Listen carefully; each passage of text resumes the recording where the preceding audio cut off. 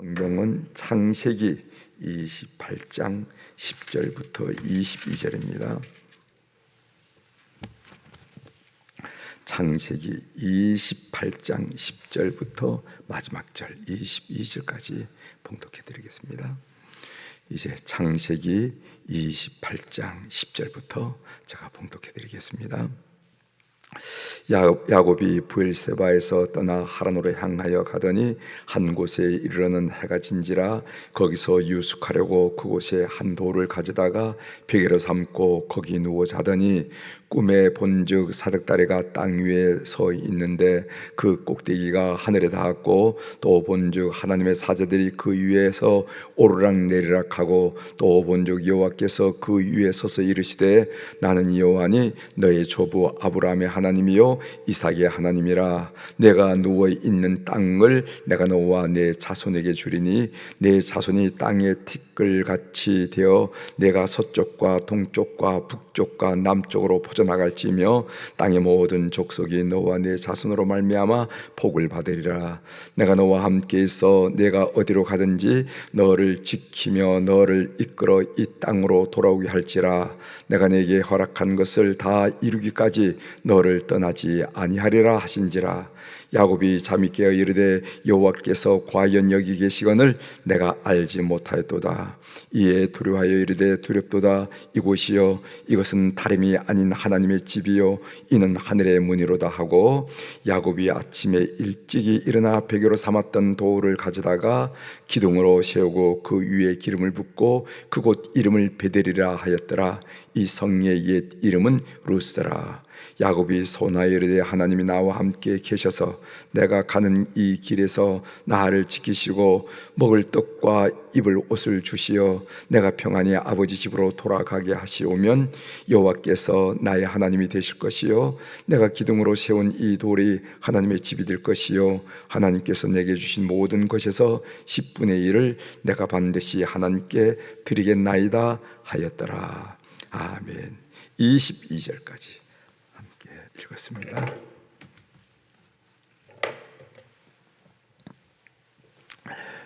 오늘 우리가 읽은 창세기 28장 하반장에 있는 말씀을 중심으로 주제를 우리의 삶의 자리가 바로 하나님의 집입니다.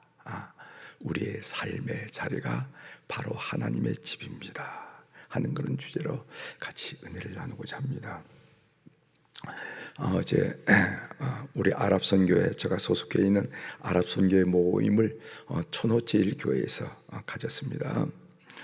담임 목사이신 장희규 목사님이 마태복음 25장 3절을 묵상한 내용을 설교를 했어요. 마태복음 25장 3절은 어떤 말씀이 있냐면은 이 무익한 종을 바깥 어두운 데로 내쫓으라. 거기서 슬피 울며 이를 갈리라 하니라 하는 말씀이 여러분 달란트 비유하시죠?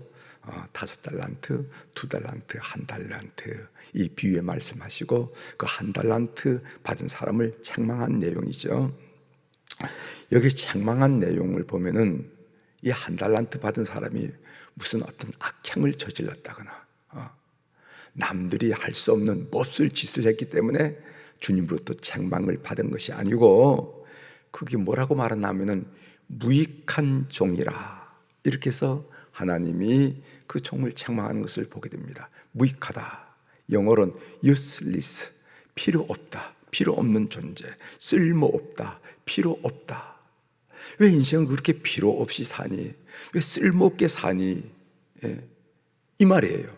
이 말로 우리 주님께서 아주 야단을 치시면서 저 바깥 어두운 데에 내어 쫓으라 하는 말씀을 하셨다 한 얘기를 그 설교를 하는데 저도 은혜를 받았는데 나는 지금 하나님 나라에 쓸모 있는 사람인가 하는 그런 질문이 선뜻 들어오더라고요. 나는 하나님 나라에 쓸모 있는 존재인가 하는 생각입니다. 여러분도 한번 스스로에게 물어보십시오. 나는 지금 하나님 나라에 쓸모 있는 사람인가? 누군가가 나의 도움이 필요하다 할 때에 귀찮아하거나 될 수 있는 대로 안 할 생각을 하고 뒤로 뺄 생각을 하면 안 돼요. 정말 그렇구나. useless, 쓸모없다는 거예요. 쓸모가 없다는 거예요. 무슨 악행을 저질러가거나 남에게 몹쓸 짓을 한 게 아니라 하나님 나라에 쓸모가 없다는 거예요. 그래서 누군가가 우리에게 도움이 필요하다 할 때 귀찮다고, 아니면은 안 할 궁리부터 먼저 하는 거예요. 뒤로 뺄 궁리하는 그런 사람이 있습니다. 그런 사람이 있어요. 제가 이 말씀을 읽으면서 이제까지 그렇게 목회해 왔어요. 누군가가 목사님 기도가 필요합니다. 그럼 누군가가 내 기도를 필요한 사람이 있구나. 아주 기쁘게 얼른 기도해 드리고, 누군가가 신방이 필요합니다. 누군가가 내 신방이 필요하구나. 얼른 신방하려고 그러고, 전 이제까지는 이제 그렇게 이렇게 살아왔는데, 이런 일이, 이 유슬리스, 필요 없는 일이 금방 우리에게 가까이 다가온다는 것을 늘 느낀다는 거죠. 어떤 사람은 건강 때문에 이게 안 되고, 어떤 사람은 나이 때문에 그렇게 안 되고, 이게 금방 다가온다는 거예요. 그럴 때 우리는 이렇게 유슬리스가 되지 말고, 무익한 종이 되지 말고, 하나님 나라, 내 생명이 붙어 있으면은 하나님 나라의 어떤 영역이든지 유익한 삶을 결단하는 여러분들이 되시길 바랍니다. 제가 목회를 해보면요, 기도를 많이 하면 유익한 사람이 됩니다. 항상 기도를 많이 하면 그 공동체에서 드러나게 됐어요. 드러나요. 그래서 삶에 이런저런 일을 경험한 사람이, 권사님 기도해 주세요, 유익한 사람으로 된다 이 말이죠. 하나의 팁이니까 기억하십시오. 자, 오늘 본문 내용은 야곱이 부엘세바에서 밧단 아람으로 가던 중에 베델에서 꿈을 꾼 내용이죠. 여러분이 너무도 잘 아는 내용이고, 오늘 우리가 찬송가 338장으로 고백한 내용입니다. 이제 본문을 한번 살펴보도록 하겠습니다. 10절, 야곱이 부엘세바에서 떠나 하란으로 향하여 가다니, 이런 말씀이 있습니다. 이 부엘세바는요, 몇 차례 여러분들에게 말씀드렸지만은 이스라엘 영토의 가장 남단을 보고 남단에 있는 지역을 부엘세바라 하고 북쪽에 있는 지역을 단이라고 합니다. 그래서 이스라엘의 영토를 얘기할 때 단과 부엘세바까지, 그리고 부엘세바에서 단에 이르기까지 하면은, 이게 우리로 말하면 뭐냐면은 백두에서 한라까지, 그 말에는 마찬가지예요. 백두에서 한라까지 하는 말처럼 단에서 부엘세바, 그래서 부엘세바는 이스라엘의 가장 남쪽에 있는 지역이라 하는 것을 여러분 알 필요가 있습니다. 이 하란이라 하는 것은 오늘 성경에서 밧단 아람이라 하는 지역과 동일한 지역으로 여러분이 이해할 필요가 있습니다. 11절입니다. 한 곳에 이르러는 해가 진지라 거기서 유숙하려고 그곳에 한 돌을 가져다가 베개로 삼고 거기 누워 자더니, 아무도 야곱을 맞아주지 않았습니다. 야곱은 애롭고 무섭고, 거기 들판에 무섭고, 그래서 돌을 베개 잤다 이렇게 얘기하는데, 많은 사람들은 뭐라고 하냐면 무서우니까 뭐 이렇게 동물에도 짐승이 접근할까봐 그 돌을 이렇게 안고 잤다는 거야. 돌을. 그래서 돌이 무기로 생각한 거지, 돌을 무슨 베개가 없어서 돌을 베개로 삼았다 하는 그런 의미보다도 그 돌을 가져야 할 이유가 뭐냐면은 그에게 다가오는 짐승에 대해서 보호하기 위해서 돌을 가졌다 한 얘기죠. 무섭고 또 춥습니다. 여러분, 중동 지역의 이 낮과 밤의 일교차는 뭐 무섭죠. 춥고 그 추운 밤에 철저히 혼자가 되었을 때 하나님의 임재를 경험하게 되는 것을 보게 되는데, 이것이 우리 삶에 큰 지혜를 준다는 것입니다. 우리도 인생의 광야에서 밤에, 사람들이 왕래하는 낮이 아닙니다. 고요하고 고독한 밤에 혼자 있을 때, 사람들이 다 떠나고 혼자 있을 때 우리는 하나님을 인격적으로 만날 수가 있어요. 하나님을 인격적으로 만날 수 있어요. 광야에서 밤에 혼자 되었을 때, 어떤 사람은 그 삶의 환경이 광야처럼 밤처럼 혼자 있게 되는 그런 경우도 있고, 어떤 사람은 스스로 그것을 만드는 것을, 이 스스로 만든 사람들이 바로 제가 사역했던 이집트의 사막 수도사들이에요. 사막 수도사들은요, 콘스탄틴 대제가 이 기독교를 국교로 공인하자 어떤 사람은 하나님의 은혜다, 그 전까지는 핍박이 많았는데 이제 공인이 됐으니까 하나님의 은혜다, 기독교를 공인했잖아요. 콘스탄틴 대제가 은혜다 했는데 사막 교부들은 그렇게 생각하셨어요. 이게 바로 타락하는 시작이다, 우리 기독교가 타락하는 시작이다, 기독교가 거룩해지려면 핍박을 받는 때가 더 나는데 오히려 공인이 되니까 이것이 타락의 시작이다 하면서 그들은 영성을 위해서 어디로 들어가는? 사막으로 들어간 거예요. 그래서 그들은 스스로 광야로 밤에 홀로 자리를 했다는 거예요. 그렇게 스스로 하는 사람도 있는 반면에 어떤 사람은 환경이, 삶의 여건이 그렇게 만들 수가 있다는 겁니다.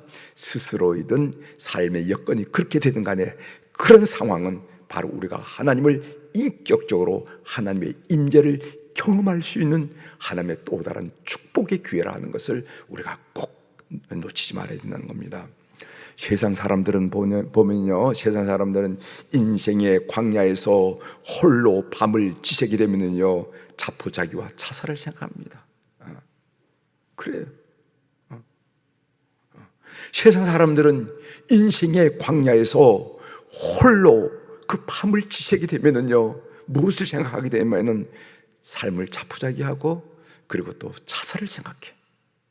그러나 우리 그리스도인들은요 인생의 광야에서 홀로 밤을 맞이하게 되는 그런 경우라면은 그것은 하나님을 인격적으로 진실로 만날 수 있는 기회라, 이렇게 이것 또한 나에게 하나님이 허락한 축복의 기회라 이렇게 여기고 적용해야 됩니다. 그렇게 되기를 바랍니다. 야곱처럼 12절 보겠어요. 꿈에 본즉 사닥다리가 땅 위에 서 있는데 그 꼭대기가 하늘에 닿았고 또 본즉 하나님의 사자들이 그 위에서 오르락내리락 하고 이렇게 했어요. 꿈에 본즉, 꿈은요 구약 성경에서 계시의 수단이었습니다. 하나님께서 우리 인간에게 당신의 뜻을 알려주는 수단이 바로 꿈이었어요. 그래서 민수기 12장 6절에 보면 이런 말씀이 있습니다. 이르시되 내 말을 들으라. 너희 중에 선지자가 있으면은 나 여호와가 환상으로 나를 그에게 알리기도 하고 꿈으로 그와 말하기도 하거니와. 이렇게 해서 구약 때에는요 때로는 환상으로 때로는 꿈으로 하나님께서 그 뜻을 밝혀주셨다 하는 말씀이 있습니다.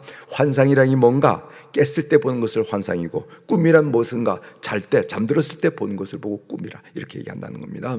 여러분, 중요한 것은 우리가 구약 시대가 아니고 은혜 시대, 계시의 시대의 말씀의 시대이기 때문에 중요한 것은 오늘도 우리가 구약처럼 하나님 저에게 꿈을 보여주십시오, 환상을 보여주시오, 그렇게 꿈과 환상에 기대할 것이 아니라 이미 하나님께서 우리 가까이 주신 이 성경 말씀, 하나님 말씀을 여러분이 기대해야 됩니다.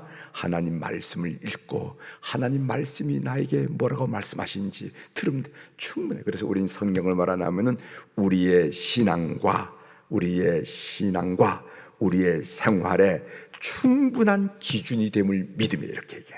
모자라지 않는다는 겁니다.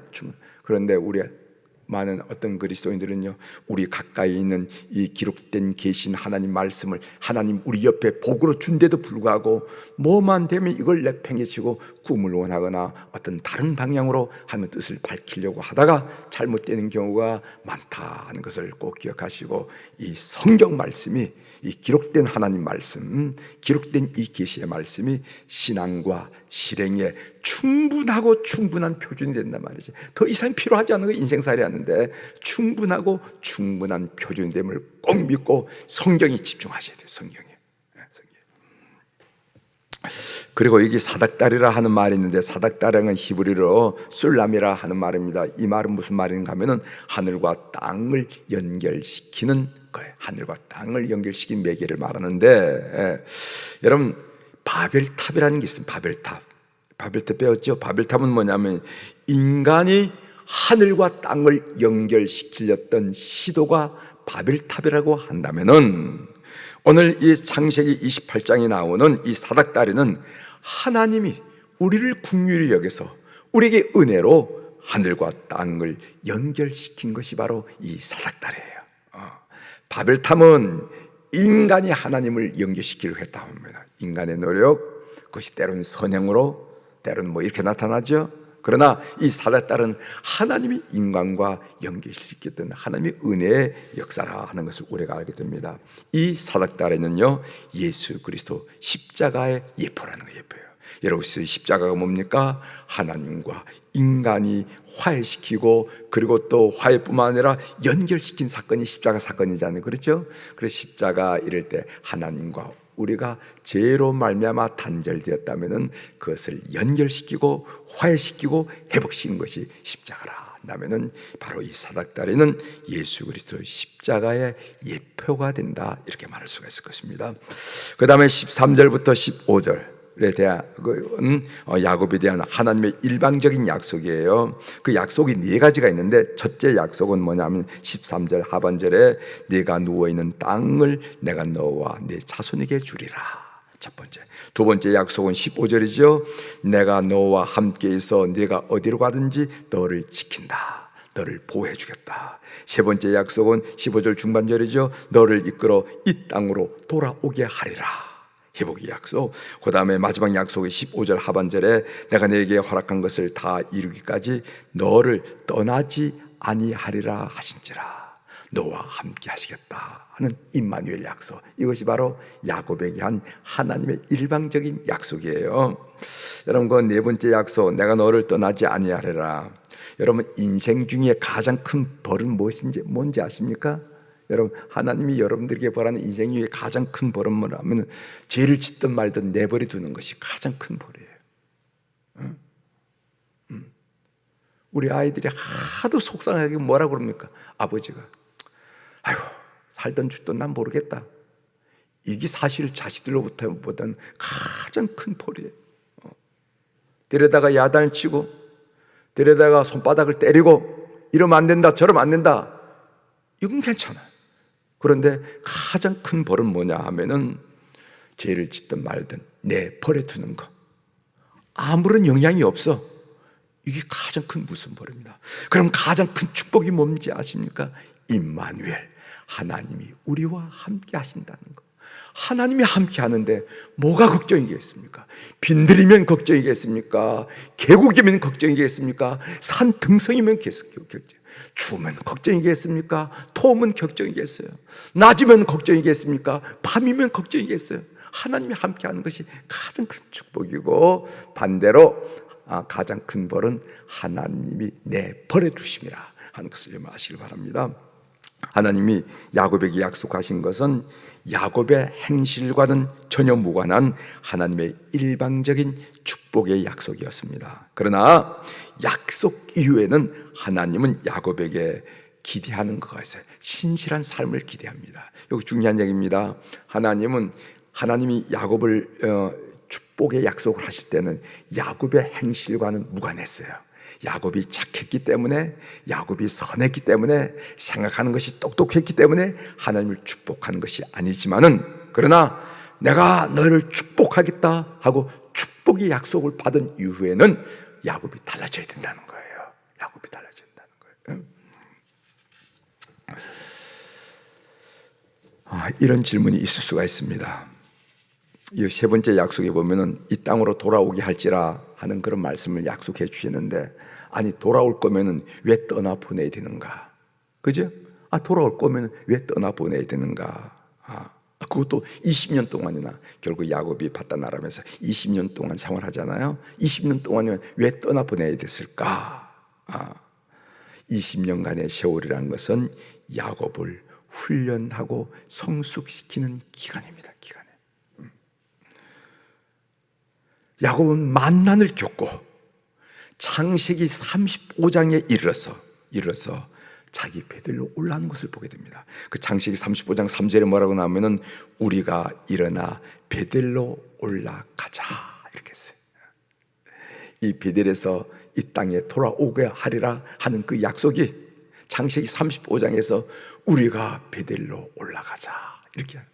그 전 사건들 여러분 잘 아시죠? 20년 동안 라반 삼촌으로부터 그 속임당한 일, 또 사랑하는 딸 디나가 욕보임을 당한 일, 이런저런 일, 또 레이와 시므이가 칼을 들고 그 땅에 있는 세겜 사람들을 그 죽인 일, 이런저런 만난을 겪고, 아유, 도대체 내 인생이 왜 이렇게 된가 하고 돌아볼 때 베델을 생각하고 우리가 베델로 올라가자 이러는 거예요.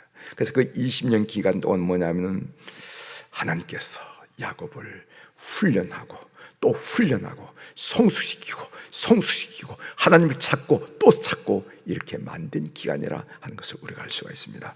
그 다음에 16절부터 19절에는요 하나님의 현현에 대한 야곱의 반응이죠. 첫 번째로는요 잠에서 깨어났을 때 반응이 나오는데 그 반응이 16절에 나옵니다. 야곱이 잠이 깨어 이르되 여호와께서 과연 여기 계시거늘 내가 알지 못하였다.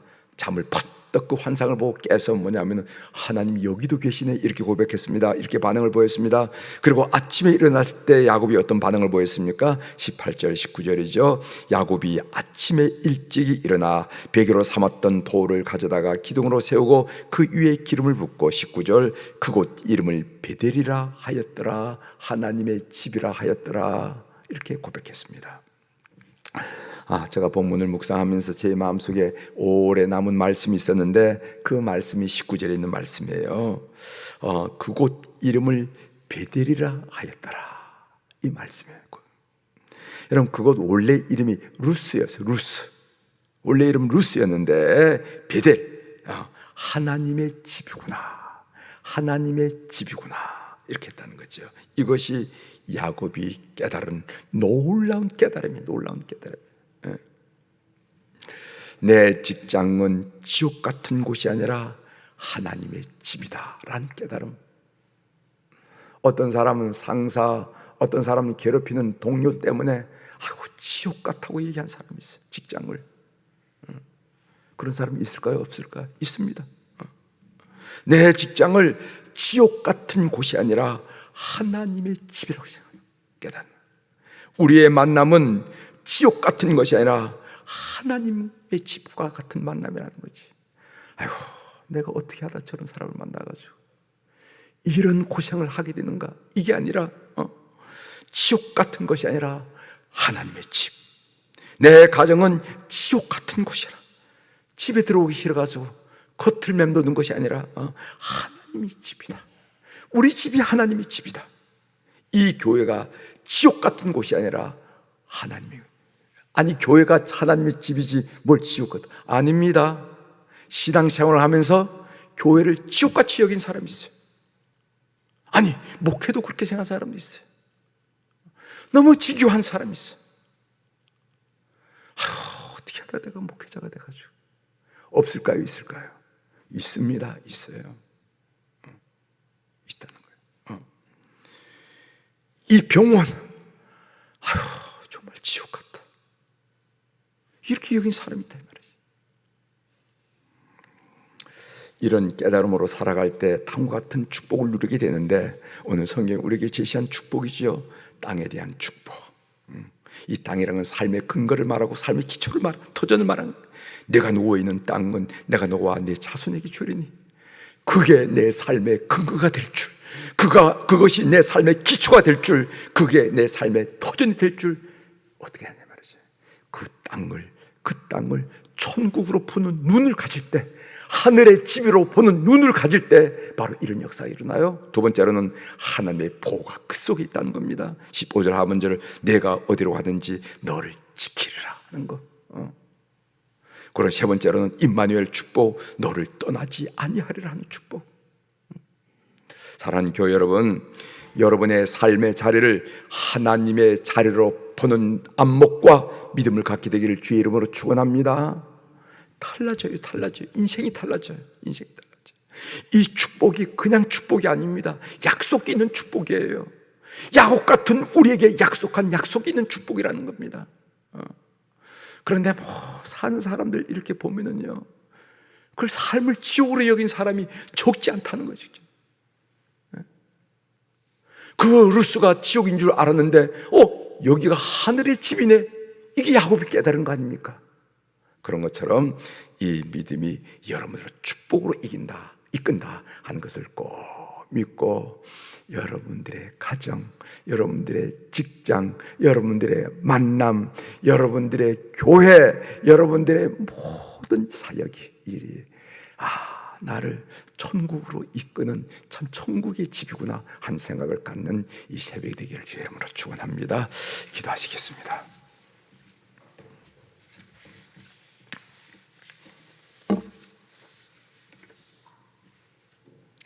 하나님 아버지, 오늘 창세기 28장을 통해서 우리의 삶의 자리가 바로 하나님의 집임을 새롭게 깨닫게 하시오니 감사를 드립니다.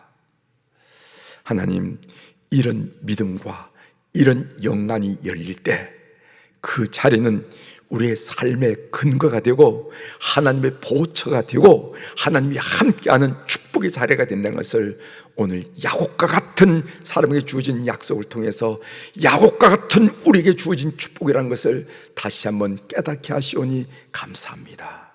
이런 믿음으로 천국 생활하는 교우들이 될 수 있도록 은총을 베풀어 주옵소서.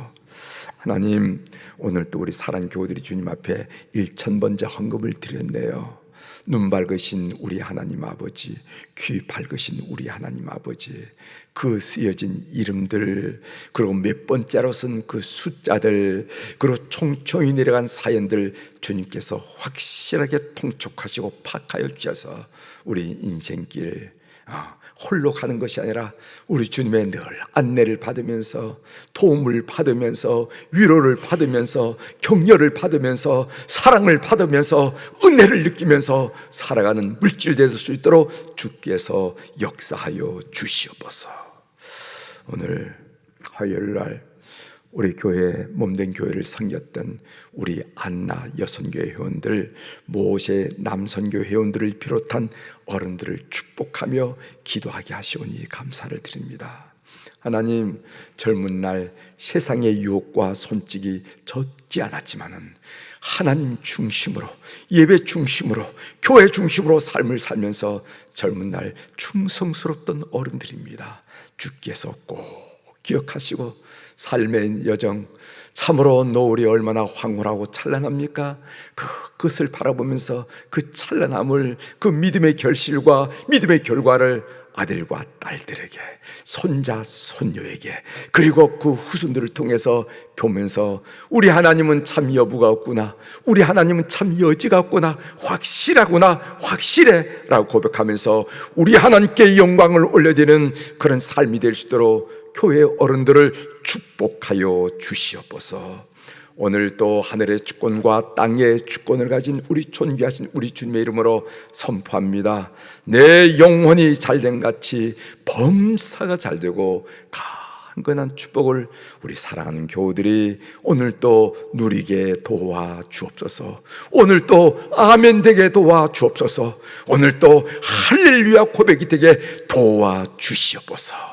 감사드리며 예수님의 이름으로 기도 올려옵나이다. 아멘.